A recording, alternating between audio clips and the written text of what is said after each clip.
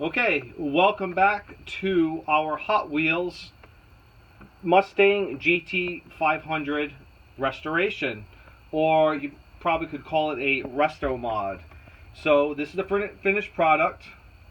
It's not perfect. Actually, in the middle of we had it upside down, putting the chassis on the body, and we kind of goofed up the hood there, but that's okay. So as you can see, it's finished. Not perfect. Bring it down a little bit. Yeah, right there. But it was fun doing it, and for our first restoration, I think it's pretty good. I'd like to know what you guys think in the Hot Wheels or Matchbox community. Be honest, I know it's not perfect, but we had absolute fun doing this little project here. So let's talk about it real quick. So what we did was the original. See if you can get into the interior, maybe at the back window. The original, that's good, too close. The original interior was like a typical gray for a Hot Wheels or Matchbox. Back it up. And so what we did was we painted it high gloss black. You can barely see it, but it's high gloss black. Okay.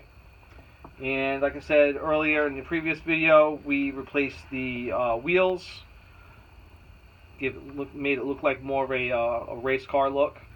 And obviously, this little guy right here, that's not original to the car.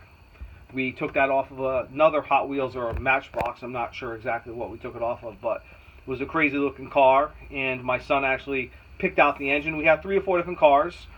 Donor cars, and we chose this particular engine,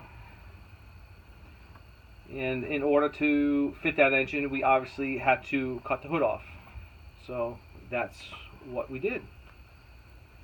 And let's give it one more spin around. Alrighty, there you go. Mustang GT 500 restoration. Peace.